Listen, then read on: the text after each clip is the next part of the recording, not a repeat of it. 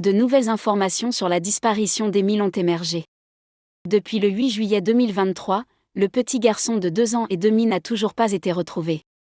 Malgré les recherches menées jusqu'à présent, Émile reste introuvable, même s'il était sous la surveillance de ses grands-parents. Cependant, les enquêtes se poursuivent et la piste de l'enlèvement est privilégiée par la justice. La famille continue de multiplier les prières dans l'espoir de retrouver Émile sain et sauf. Récemment, sa mère a lancé un appel à la prière sur la page Facebook intitulée « Prions pour Émile », à quelques jours du 5e mois de la disparition de son fils.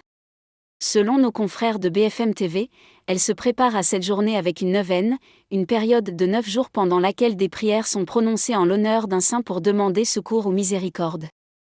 De nouvelles recherches sont prévues pour faire progresser l'enquête. Le colonel, un pilote d'hélicoptère qui avait quadrillé la commune du Haut-Vernay après la disparition d'Émile, a fait une grande annonce.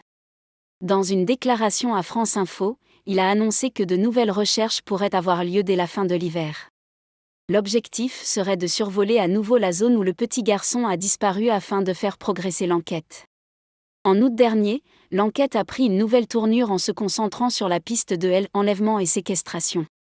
À l'heure actuelle, Jacques Dallest, ancien procureur général de Grenoble, estime qu'il existe 2 grandes orientations dans l'affaire. Qu'en est-il de l'affaire du petit Émile ? Soit l'enfant, malgré les recherches, est tombé et son corps n'a jamais été retrouvé, ce qui serait un accident. Soit c'est l'intervention d'un tiers. C'est sur cette hypothèse que les enquêteurs travaillent, a-t-il déclaré lors d'une interview accordée à Midi Libre le 8 décembre.